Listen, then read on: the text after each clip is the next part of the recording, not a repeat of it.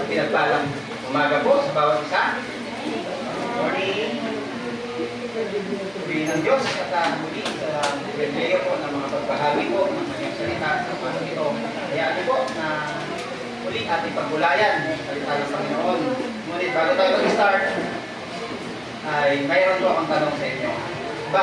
Karaniwan sa ating mga Pilipino ay napapansin natin social media, di ba?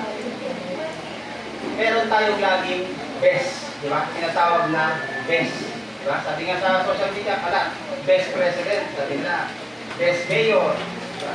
Best money, diba? Meron din, di ba?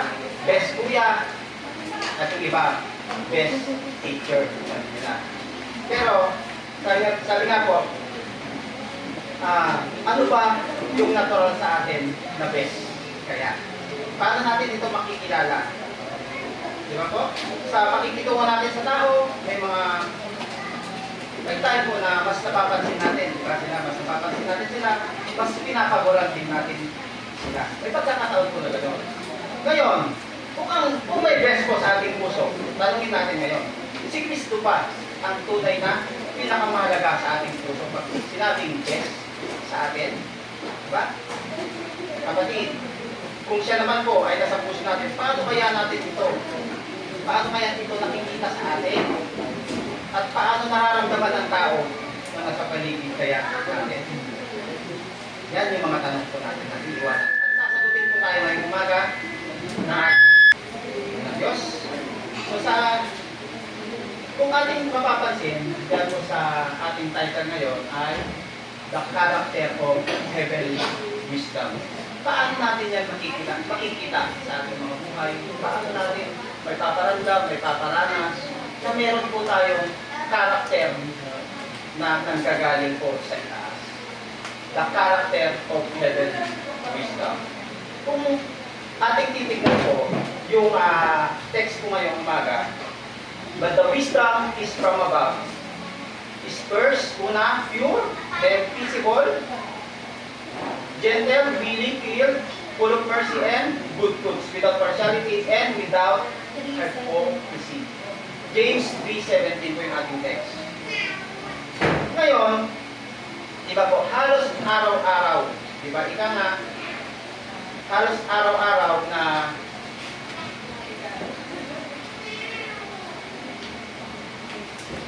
nararanasan po natin kung ano yung pagiging totoong karakter natin. Hindi lang sa pamilya natin, maging sa community, sa trabaho, lahat ng aspeto ng buhay natin, ito po ang dapat nating dalhin. Madala, may impart sa ibang tao. Di ba po? So, heavenly wisdom. Ngayon, dito po sa sulat ni James po kasi, titingnan lang natin yung konting background. Kasi nung sinulat po ni James ito sa mga mananampalataya doon sa Israel, doon sa diaspora na tinatawag, ibig sabihin po, yung mga mananampalataya ang kausap po ni James dito that time ay nakatira, hindi po sila nakatira po kasi sa hindi sila nakatira doon sa loob ng Jewish homeland. Ibig sabihin, yung mga Greek Roman na mananampalataya dito, ito po kasi yung mga that time, yung mga mananampalataya that time dito, ito yung sila po doon sa yung wisdom na tinatawag, nabubuhay po kasi sila that time doon sa pagpapahalaga doon sa debate. Kung kaya nga nakasulat po ito, kumbaga, yung kultura nila that time, kumbaga, tumitingin po sila doon sa wisdom o doon sa philosophical wisdom po na tao. Yun yung mga tao that time. Nagiging nestado daw po yung tao that time dahil doon sa kanilang karunungan. Pero ngayon, sabi nga ni James, heavenly wisdom ang kailangan. Amen? So, makikita natin, madaling salita po yung wisdom po kasi that time sa kanila madalas sinusupat sa galing magsalita yung talino nila sa pagkikipagtalo. Pero ngayon dito, si James po, tinuturuan po tayo kung ano yung correction natin, yung approach natin, yung response natin. Ano yung tunay na wisdom? Yan yung hinahanap sa atin ngayon. Yung tunay na wisdom ay nakikita daw po, hindi po galing doon sa argumento natin. Ang tunay na wisdom ay nakikita po doon sa uri ng karakter po natin na lumalabas po sa ating mananampalataya, higit sa lahat. Diba? Kaya ang sabi ni James, dapat yung wisdom po natin ay may nakikitang, may pinagmumulang bunga. Ito yung wisdom na hindi po dapat maingay sa mga debate, hindi dapat po argumento, parang mahilig makipag-argumento. Kumbaga, yung wisdom po dapat na nakikita dito, yung malinis po, yung puso at may mapayapang relasyon po sa ibang tao. Kumbaga, higit sa lahat, may mabuti po pamumuhay na nakikita po sa atin. Now, doon sa ating text, ito po kasi, nabasa po na po kanina, sa Tagalog, tingnan natin, ngunit ang tao ni karunungan mula sa Diyos, una sa lahat ay may malinis na pamumuhay, may bigin siya sa kapayapaan, may nahon, masunurin, puno ng awa at kabutihan, walang pinakaburan at hindi po nagkukunwari. Kaibigan kapatid, minsan ka na bang nagkunwari? Sa kausap mo? Yan ay malaking tanong sa atin. Isang malaking tanong sa atin yan, sa bawat isa, mapagkunwari ka pa ba? Ngayong mananampalataya ka na? O hindi pa? So sa ating mananampalataya, dapat hindi po nakikita. Isang malaking tanong po sa atin yan.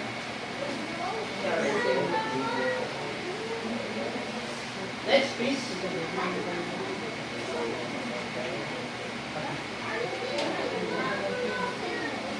Isang malaking tanong sa atin yan, na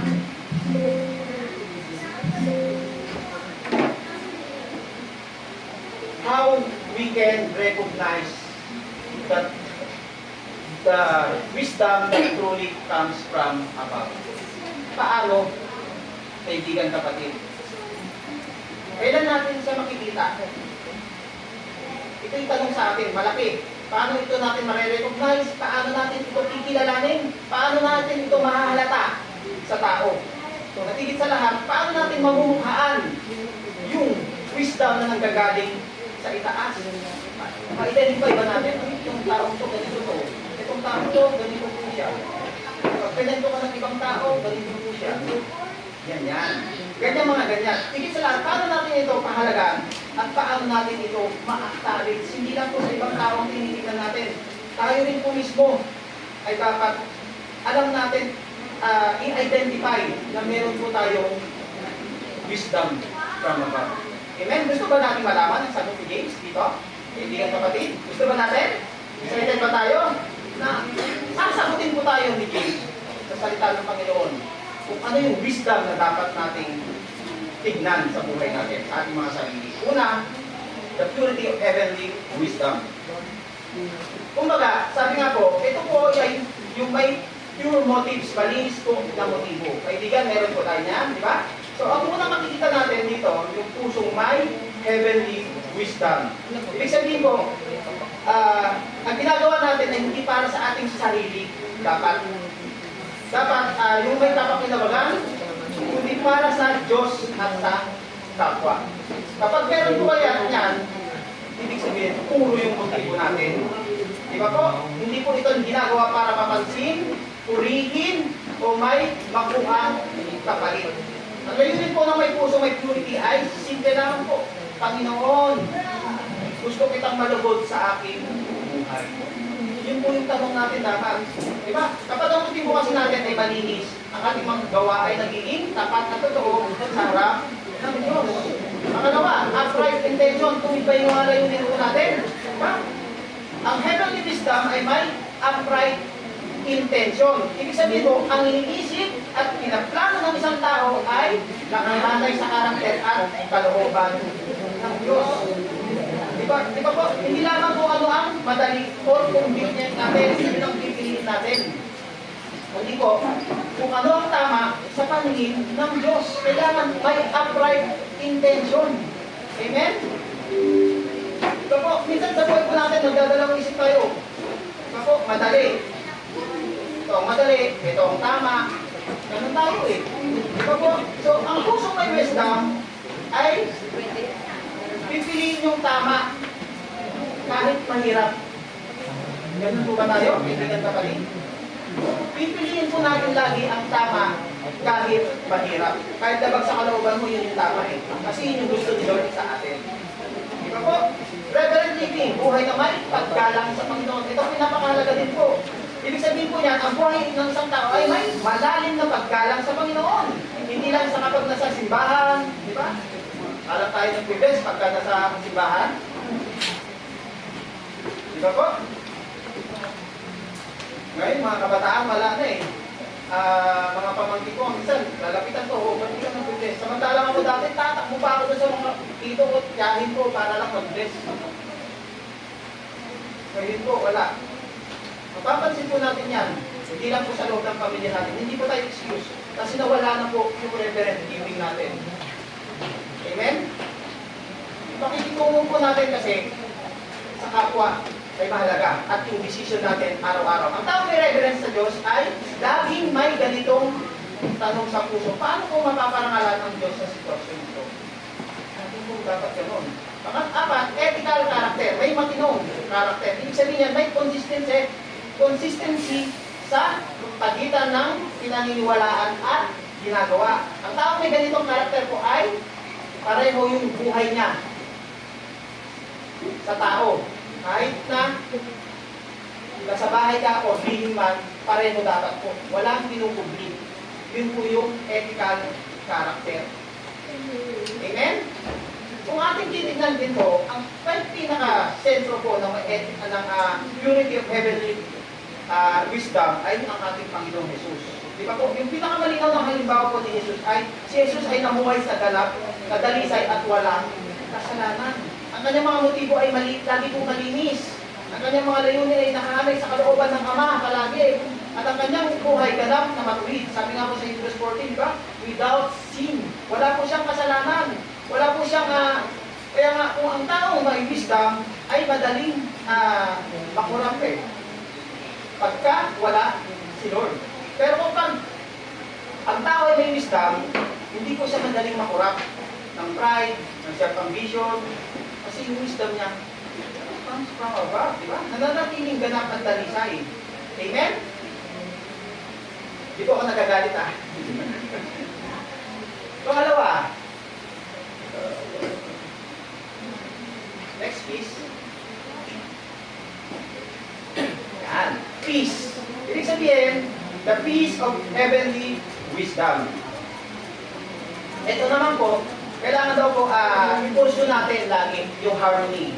Ibig sabihin po niya, tayo mga mananampalataya, hindi lang po tayo naghihintay na magkaroon po ng peace, lalo sa environment natin. Sa bahay na lang eh.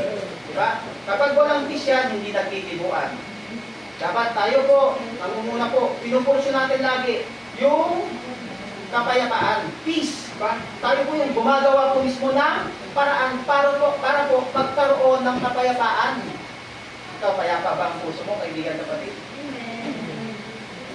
Parang hindi. Mahina. Payapa ba ang puso mo, kapatid? Amen. Amen. Praise God. Kasi po tayo, mga mananampalataya, hindi po excuse na magkaroon po ng misunderstanding, di ba? Yung tension po sa paligid natin. Kaya nga tayo, dapat maging instrumento po tayo ng kapayapaan.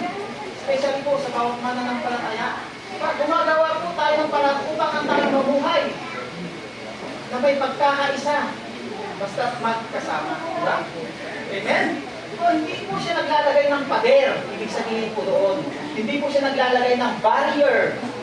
Tayo ba mahilig maglagay ng barrier? Diba? Mag-asawa. Bahala ka dyan. Ito yung ulan dyan. Huwag kang bibili sa akin ha. Diba? Ganun po eh. Ano po yan? Literal po na nangyayari. Pangalawa, yung encourage unity. Nasabi po na po kanina, dapat ito may pusong binuhubog po ng Diyos, nagbubuo ng relasyon, hindi po nagwawasak. Amen? Kaya kapag hindi pagkakaintindihan, hindi niya ito ginagamit para lalong paghiwalayin ang tao. Dapat kailangan po tayong nag-encourage bilang magkakapatid. Amen? Salit dapat po, hinahanap natin yung common ground, common good, na kung saan pwedeng magkaunawaan ng bawat partido. So, bawat mag-asawa, bawat magkapatid, bawat magkapat, mag-ina. Lahat po ng aspeto ng buhay natin, kalapit po, dapat ng encourage unity. So, kung titignan natin yung buhay po ni Kristo, Shortcutin na po natin. Kasi po, yung pinakamalinaw na halimbawa po natin ay si Kristo po sa peace. Di ba? Tinawag siya sa Biblia na Prince of Peace. Hindi lang po siya nagturo tungkol sa kapayapaan. Ginawa niya pong itong posible. Sa pamagitan po ng kanyang kamatayan sa krus, ipinagkasundo niya po tayo, di ba po? Sa Diyos. Sabi po yan sa Colossians 1:20, ang kapayapaan ay binigay ni Kristo ay hindi lamang kawalan ko. Ang gulo kundi yung nagkaroon po ng tunay na kabuuan ng peace po sa ating buhay. Kaya may tinatawag po na shalom. Meaning po noon ay peace. Diba po? At habang tayo ay sumusunod po kay Kristo, tayo rin po ay nagiging instrumento po ng kanyang kapayapaan. Sa ating pamilya, sa ating simbahan, sa ating komunidad. Dapat po maging tagapagdala po tayo ng peace palagi. Amen? Pangatlo, yung gentleness of heavenly wisdom. Diba po? Ito po, dapat po meron po tayong gracious spirit, tender attitude, even temper, and edifying words. Ibig sabihin po niyan, yung tao may pusong hinuhubog po ng Diyos ng mga heavenly gracious, dapat, ibig sabihin, siya po ay lumalapit sa ibang tao na may kabaitan. Diba? May paggalang. Hindi po mayabang. Amen? Hindi niya tinitingnan ng tao base sa kanyang kahinaan, pagkakamali o estado po sa buhay. Ganun po ang may pusong may gentle heart. Amen? Hindi po siya nakatingin talaga doon sa pagkakamali. Higit sa lahat tayo po kasi, madalas po tumingin sa pagkakamali ng tao or yung kahinaan ng tao. Doon po tayo nakabase. At sadyang makasalanan po kasi ang ating mga mata sa totoo lang. Pero kung yung heart ang ating titingnan, yung heart ang ating tatargetin, masasabi pa ba natin yung masakit o masasabi pa ba natin yung hindi dapat? Di ba po? Dapat meron dito po tayong temper, even temper. Ibig sabihin yung pareho. May kahinahunan yung damdamin po natin. Di ba? So, kahit na may pressure po tayo na nararanasan sa even temper, dapat hindi po tayo nagpo-provoke o nagpe-pressure. Di ba? So, tayo po, bilang mananampalataya, dapat kontrolado natin yung ating damdamin. Yun po yung ano dito. Kontrolado natin. Di ba po? Kaya natin mag-control. Di ba? Kasi po, ito po ay tinatawag na strength po natin once na kontrolado natin yung ating emotion, yung ating isip, yung ating damdamin. Di ba po? So, kung ating titignan po sa kay Kristo, ito na po natin kay Kristo. Palagi. Doon po natin tatagutin. Kasi sabi nga po sa 11:29, learn from me, for I am gentle and lowly in heart. Napakaganda ng example po ng ating Panginoon sa pagiging gentle. Di ba po? Si Jesus po ay naging mahinahon sa mga nasasaktan. Nagpakita po siya ng biglat sa mga kinataboy ng lipunan. Di ba po? At maging sa kanyang mga kaaway, nagpakita pa siya ng biyaya. Mamamatay na nga lang siya. Ano pa sabi niya? Lord, patawarin mo sila.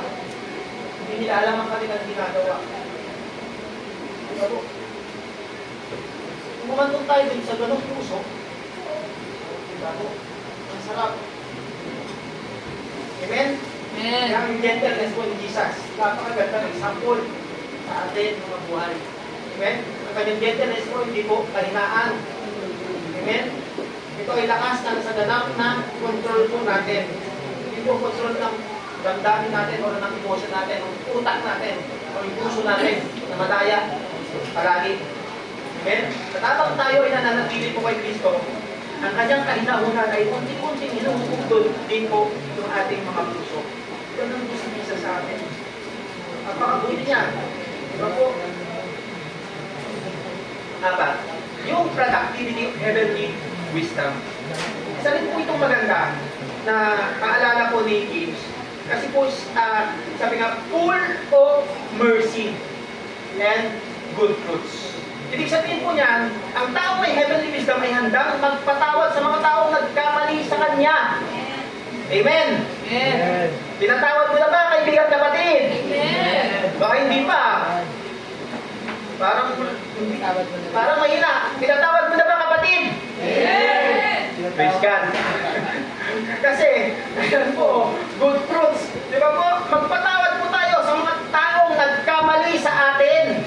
kaibigan kapatid. Hindi dapat natin ito kinikinting na galit o sama ng loob. Sa alin naalala niya ng Lord, di ba? Paano tayo, dapat alalahanin natin palagi, paano tayo pinatawad ng Panginoon Diyos? Dahil kung gaano kalaki ang awa ng Diyos sa atin, ganoon din dapat tayo magpakita ng biyaya sa iba. Amen? Dapat po tayo may compassionate response. Di ba?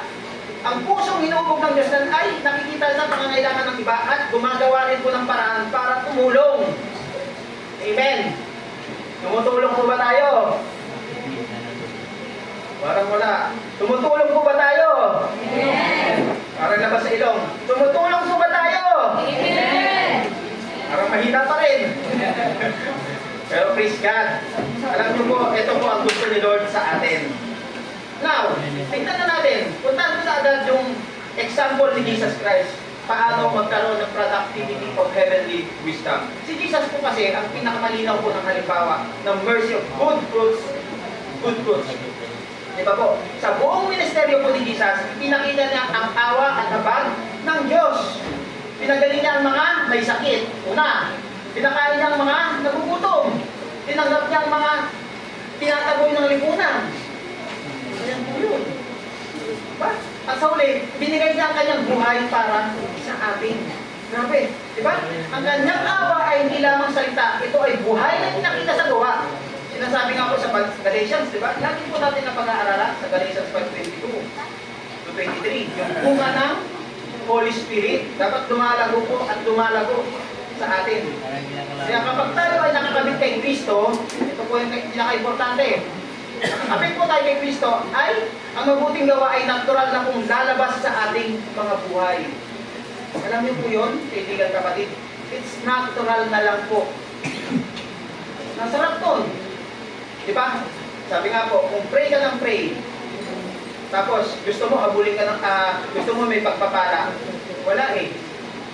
Dapat tayo, habang nagpipray, hinahabol ka ng biyaya. Amen? Diba po? Kasi nakakabit na po sa atin yun eh. Diba po?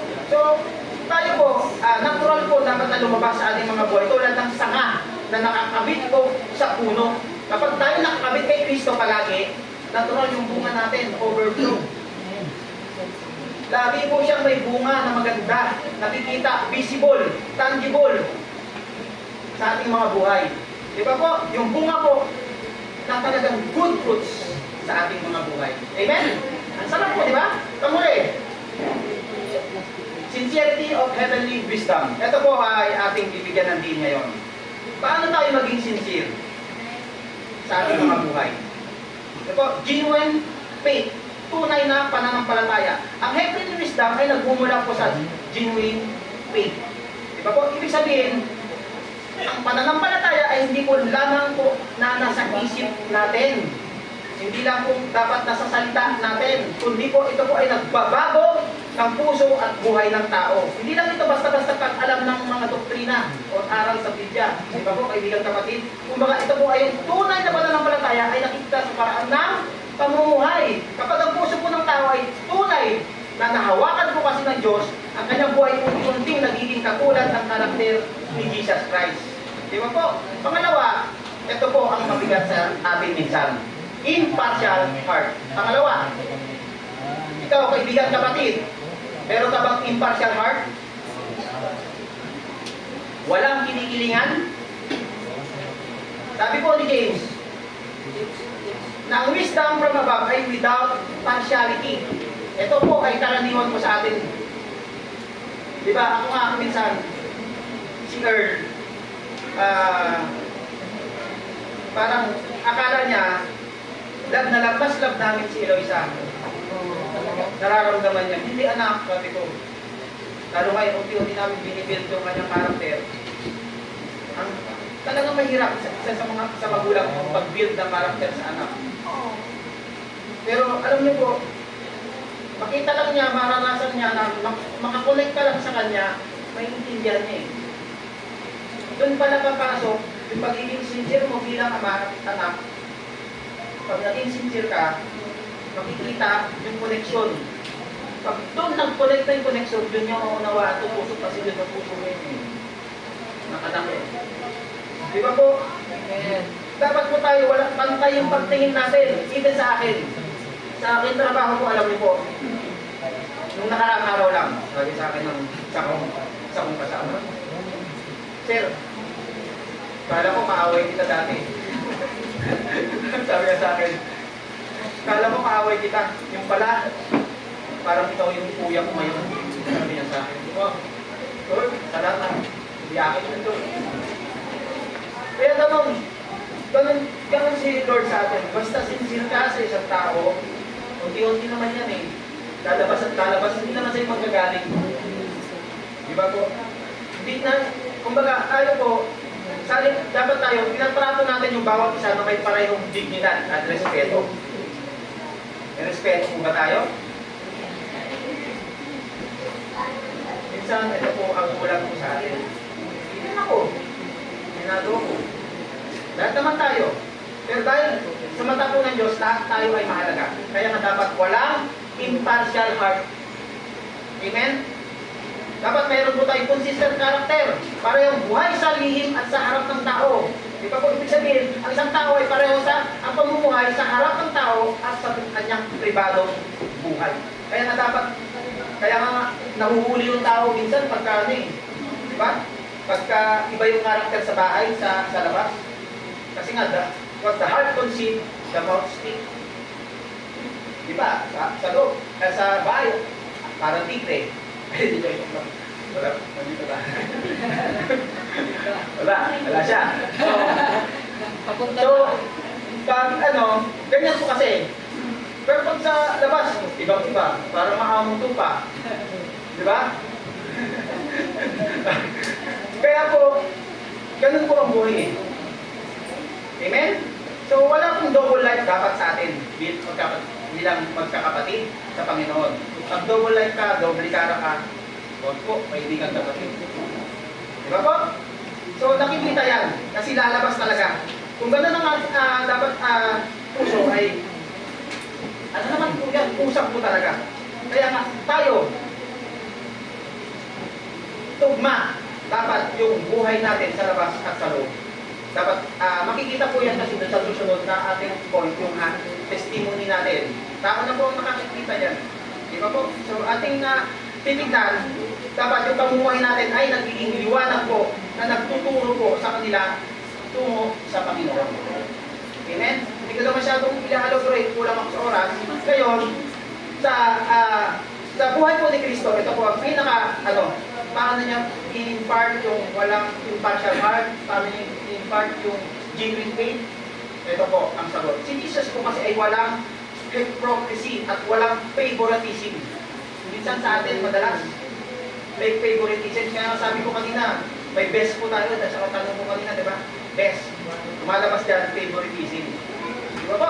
Tinatrato niyo po, si Jesus po, kasi, tinatrato niya ang makapangyarihan na at mahihina. Parehas. Mayaman at mahirap. Religyoso at makasalanan. Di ba? May pantay na dignidad at biyaya kay Kristo. Di ba po? Kaya nga tinaligsa niya po yung di ba? Yung reliyosong may pagkukunwari. Di ba po sa time? Di ba? Ngunit nagpakita siya ng awa doon sa mga makasalanan. Kaya tayo, iniiwan natin eh. Di ba? Doon sa kwento po doon sa babaeng Samaritana, diba? Lumalabas lang siya tuwing tanghali. Pero si Jesus nagpakita sa kanya, pinuntahan niya, pwede bang makiinom? Sabi ni Jesus. Ganun po tayo dapat, kaibigan kapatid. So, ang buhay po na dapat natin ay ganap, consistent din po. Kung ano ang tinuturo niya ni Jesus, yun din dapat ang kanyang makita sa atin, yun din dapat yung ating pinapamuhay sa bawat isa po sa atin. Kapag tayo ay lumalapit kay Kristo, binibigyan niya po tayo bagong puso. Sabi po yan sa Ezekiel 36:26. Diba?